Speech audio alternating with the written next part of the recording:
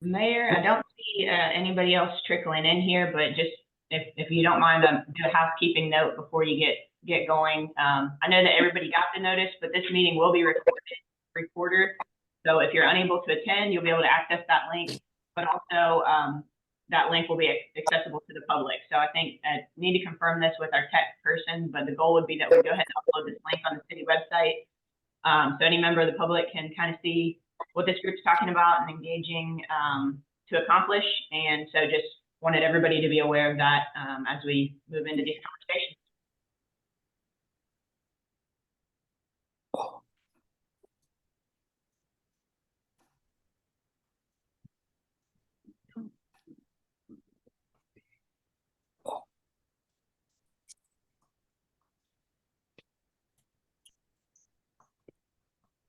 Mayor, you are muted.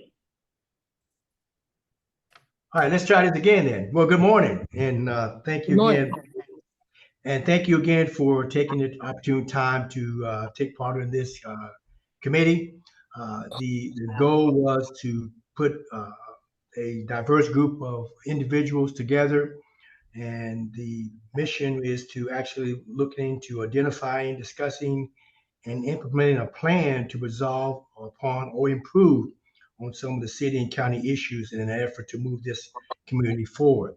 And in thinking of that way, a couple of years ago, I think they had this coalition together where they talked about race relationships and so on. But I wanted to take this a little bit further, although race relationship may be one issue, but there's also other issues that we're dealing with, whether it be housing needs, zoning, or whether it be, things with police, whatever. So I just wanted to make sure that we all get together and talk about these different topics and issues and try to implement a plan that we could put forward to enable us to be a little bit better as a community. So this is going to be a short meeting. I wanted to get everybody together just to get an introduction. And also I do see that John Cooper is on the call, and I asked John to kind of give us an update since the General Assembly is going on in Frankfurt, and kind of give us an update as to some different issues or different resolutions or legislation that's going on that's going to be affecting this community or the city. So with that, I'm going to start it, and then we'll go from there. I'm Bernie Jenkins. I'm the mayor for the city of Georgetown, and we'll start with next, Devin. I'm Devin Golden. I'm the Chief Administrative Officer here with the city. Joe Kane.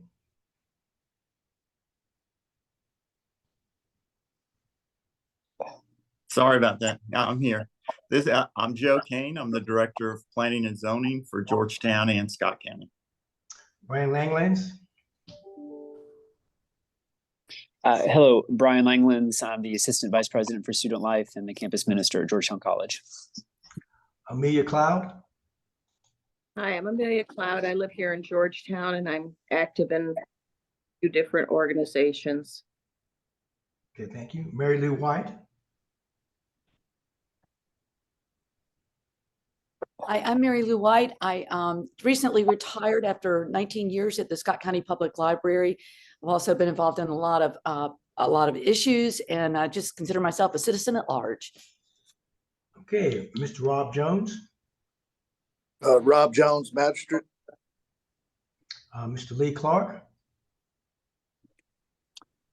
I'm Lee Carter. I'm president of the Kentucky Horse Park. I'm also on the Chamber of Commerce Board of Directors and the Tourism Commission. Judge Covington. Hey, good morning, everybody. I hope you're well. I'm Joe Pat Covington, County Judge Executive. Mike Hawkins-Smith. Mike Hawkins-Smith, President of Scott County United. Fernando Thomas. Hello, Fernando Thomas, Scott, Bourbon County Habitat for Humanity. Good morning, everyone. Catherine Stocks.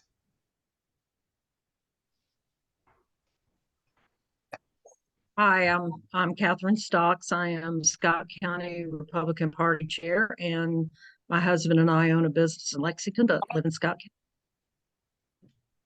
Jeremy Nettles. Good morning, everyone. My name is Jeremy Nettles. I'm a chief deputy here at the Scott County Sheriff's Office. Tim Thompson. Hello, everyone. I'm Tim Thompson, chief of the Georgetown Fire Department. Dr. Allen. Hi, I'm Rosemary Allen. I'm president of Georgetown College. Chase. Morning, Chase Azevedo, general manager with Georgetown Municipal Water and Sewer Service. Mr. Washington. Brian Washington, JAG teacher at Elkhorn Crossing Schools. Mr. Meacham. Good morning, Vice President Maurice Loan Origination at West Banco, President of Leadership Scott County, and past president of the Chamber. Mr. Duguid. Good morning. I'm Kitty Duguid. I'm a downtown resident on Main Street, and I work for the State Preservation Office, overseeing Kentucky's Main Street program across the state. Mr. Johnson. Hello, I'm Heather Johnson. I'm the executive director of the Gathering Place Mission. Okay, Todd Johnson. Good morning, everyone. I'm Todd Johnson with the Building Industry Association of Central Kentucky, and we also own and operate a trade school, the Building Institute of Central Kentucky. Dr. Miller. Good morning. I am the public health director for WEDCO, which serves Scott, Harrison, and Nicholas counties. I'm also on the chamber board and on the Scott County United board. Miss Lilly.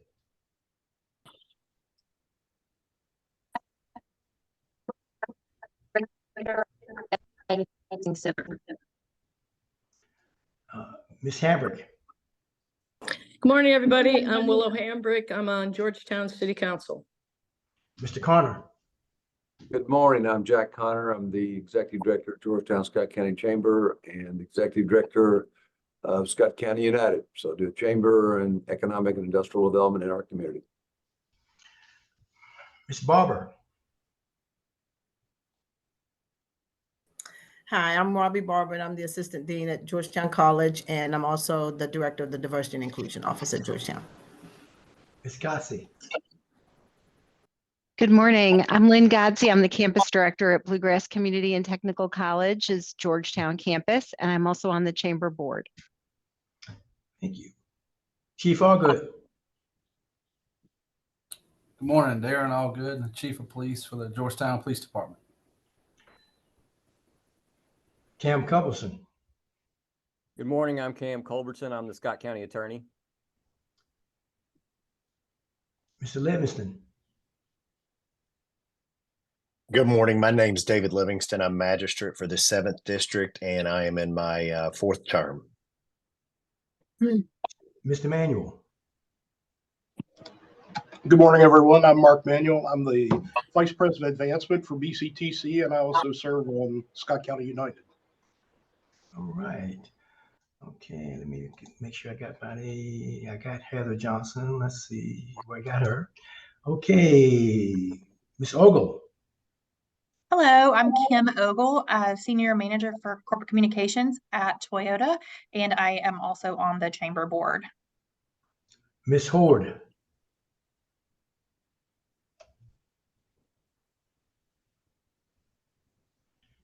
Hi, I'm Crystal Horde. I am the Director of Human Resources for Scott County Schools. Ms. Burnside.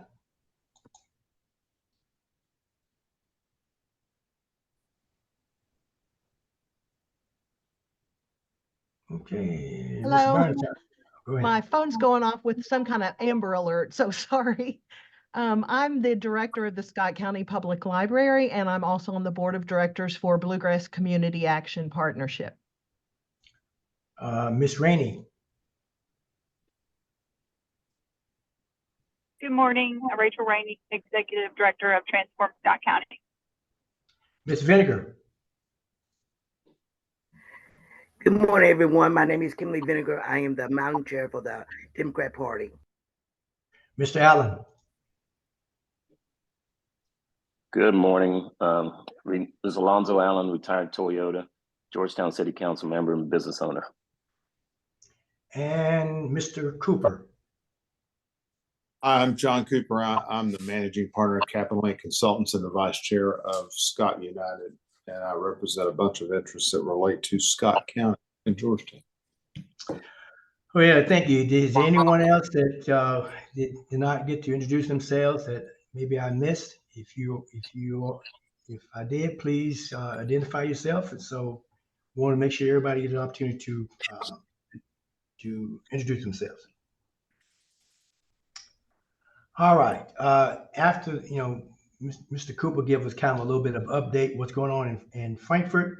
Our next meeting is scheduled for the 29th of April. It'll be at 10 o'clock again, and it'll be a little bit longer meeting. What I'm asking you to do is that as a committee to send to me. My email address is bernie.jenkins@georgetownky.gov. You can send to me any topic that you want us to discuss or related issues that we need to bring to the table to maybe hopefully get some implementation of some type of resolution to. So that being said, I'll turn over to Mr. Cooper if you will give us an update. And like I said, it's going to be a short meeting of introduction and him giving us kind of an update. So Mr. Cooper, go ahead. I'll be glad to do that. Today is the 19th day of the 60-day session of the Kentucky General Assembly. Tomorrow we're 1/3 of the way through with about 1/20th of the work done. This is a budget session. Kentucky has a biennial budget, so we do a budget every 2 years. And that really is what this session is all about. The governor released his budget at the very first of the year. The House of Representatives have since released their initial budget. It hasn't gone through the markup process yet. It will do that in the coming weeks, and the Senate then will have their version of the budget, which will also go through markup. And then the conference committee and free conference committees will complete that work. And that really is the blueprint for what Kentucky does over the next 2 years. That budget begins on July 1 of 2024, runs for 2 years. And that's the way our fiscal year in Kentucky runs. So let me talk to you more in terms of larger issues that we're seeing a lot of activity on that do impact local communities and things that you need to be thinking about. One of the first and foremost is housing and affordable housing and homelessness in Kentucky. We do have a crisis in affordable housing in Kentucky, and let me give you the short mathematical version of this is that the second-time home buyer is pushing down the first-time home buyer out of the market into the rental market. The first-time home buyer is staying in the rental market longer and pushing the secondary rental market or the more affordable type of rentals out of the reach of the folks. And it keeps pushing down. You get to the least able to pay, get impacted the most. And we're seeing examples of this all over Kentucky. We have a number of bills that are in to try to address this issue from a bunch of different directions all over the equation. Fayette County just recently has been dealing with an ordinance to require landlords to take Section 8 vouchers. Louisville already has a program like this. This started during COVID-19. A lot of pushback from the General Assembly. The House has already passed a bill that would forbid local communities from requiring this. If you look, there is 2 distinct points of view on this. Neither one of them are totally right or wrong. But this is an issue that we're dealing with. And I think it goes to show you how difficult this issue is. When you look beyond that and you look at how we're going to fund affordable housing going forward, I think it's going to be a combination of a couple of things. There are some programs out there where banks in particular get federal tax credits to lend money at below market rates for rent capitated housing. Kentucky has a very successful program called Hope of Kentucky, which is now called Hope of the Midwest. And it has been used in a number of states. These are rather large rent control properties. As I said, they work because the lenders get federal tax credits for lending at below market rates, which makes the number work on the revenue side or the ROI, the return on investment side of these particular properties. But we're seeing one of the arguments and one of the dangers when we're in an environment like we're in with the lack of affordable housing is to criminalize people that are homeless. And I think there's a lot of discussion in the General Assembly to deal with the homelessness issue. And it's not just one cause, but obviously drug issues, mental issues. And I'm not saying everybody that's homeless is mentally impaired or has a drug problem, but it sure precipitates that. We have a lot of folks that are working, trying to make their way in life that are still struggling with housing. So it's a big issue. The other issue is affordable childcare. We came out of COVID with a shortage of childcare in most communities. The General Assembly is looking at particular appropriations measures to try to address that. Now, most of this stuff is not done yet; it's just in progress. I want to make sure you understand that. Those are two quality of life issues that are very basic, housing and childcare.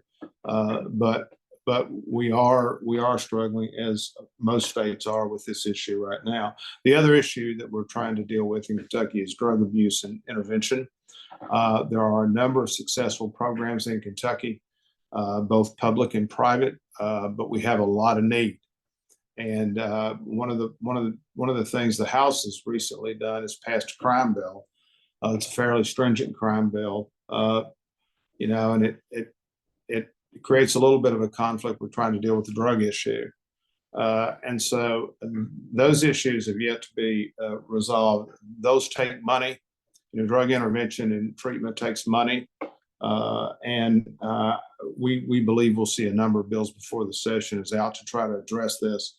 I don't know if they're going to make any changes in any of the drug courts or anything like that, but that's an issue that will be out there the whole session. Another area is in community redevelopment, and that involves community development banking. It also involves community historic tax credits for reinvestment in the communities. This is something that Georgetown probably could benefit from in some of our redevelopment downtown. The bills, one bill is in originating committee. It's not done yet. We're actually starting to do markup and work on the community development bank bill. The historical tax credit bill is not in yet. I just sent a draft to one of the drafters for a legislator the other day. We have a number of financial institutions that would like to lend money to entities that are doing historical restoration. One of the things that happened in Kentucky is that we used to have a carry forward on the credits that you got for renovating historic properties. That expired in the early 2000s, and where they're trying to institute that again. That would give a 7-year carry forward. So it's like a lost carry forward on your taxes. Whereas if you got a credit for renovating a property and you don't use all that credit in one tax year, you can push that forward for the next 6 years. And it invites more investment in historical renovations in communities. In addition to that, obviously, every time the General Assembly opens, we deal with education, particularly K-12 and higher education. There is a big difference of opinion in how to address education funding in Kentucky. I do believe that there will be a significant increase in transportation funding costs in K-12 because K-12 is a spending backhoe for local school districts. I mean, all you've got to do is look at the buses that are on the road, and they're usually about half full. But they have an obligation to run those buses, and the cost of that is very expensive. In addition to that, the SEEK formula, which is how basically the state funds public K-12 education in the state, is an issue that will be a much debate as to what the level per pupil funding of the SEEK formula is going to be. And it does have impact in all the communities, and particularly in Georgetown. Georgetown is a growing community. It's a community that actually gets hurt by adjustments a lot of times in the SEEK formula because we actually can't keep up with our growth with the amount of SEEK money that is being given per pupil to a county that's a growing county, a growth county like Georgetown, Scott County is. A lot of issues out there and there's a lot of diversity and inclusion issues as well that are out there. And you can take every side of the equation on this you want. But there are a number of bills that we will debate during this particular session along those lines. I'm hopeful that we can do some constructive things for the state and not just beat on each other for the next what's left of the 60-day session. It's a very politically tense environment that we're in right now. Not as bad as the federal level, but it's pretty bad. And we've got a lot of issues to address. The state's actually in fairly good shape financially. We came out of COVID with a good revenue balance. We actually have the largest surplus in the state's history. Part of that was because we got in the internet marketplace sales tax system early. We were one of the first states in. And as you know, in COVID, online sales went through the roof. Therefore, our tax revenues went through the roof. In addition to that, there was a lot of money, obviously ARPA money and other monies that came to the states, recovery monies for COVID that will all have to be spent by the end of 24.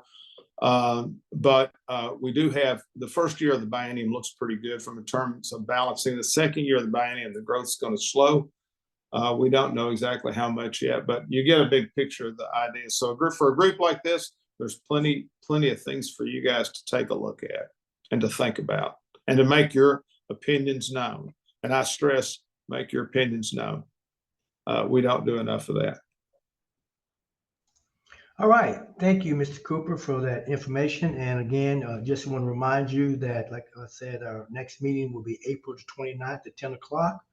And it'll be the Zoom meeting. It'll be a little bit longer. I am hopeful that you will send to me some topics or some concerns that you want to address, and so we can talk about and hopefully implement some avenues to which to maybe resolve some of these, or at least figure out a way to resolve it. Again, thank you so much for your time and willingness to serve with the committee. Again, you send that information to me. My email address, again, is bernie.jenkins@georgetownky.gov. Thank you all again. You all have a great day. Hey, Mayor, there's a member with their hand up. Okay. I'm gonna guess a follow-up question to Mr. Cooper's update. Okay, go ahead. Who is it? It's Alonzo. I was just wanting to know, could we get the bill numbers for those topics that he talked about today? I send them to Jack once a week at the chamber. He should have all. Alonzo, you can get them from Jack. I'll just forward it to you, Alonzo, here just a little bit. Okay, thank you. All right. Anybody else has a question or they need to answer? All right. So once again, it'll be the 29th at 10 o'clock. Again, send me those agenda items that you want to talk about and discuss, or issues that you are concerned with, and we'll start the process of trying to see what we can do to help alleviate some of these issues. Again, thank you all again and for attending, and we will see you all again on the 29th of April. Thank you.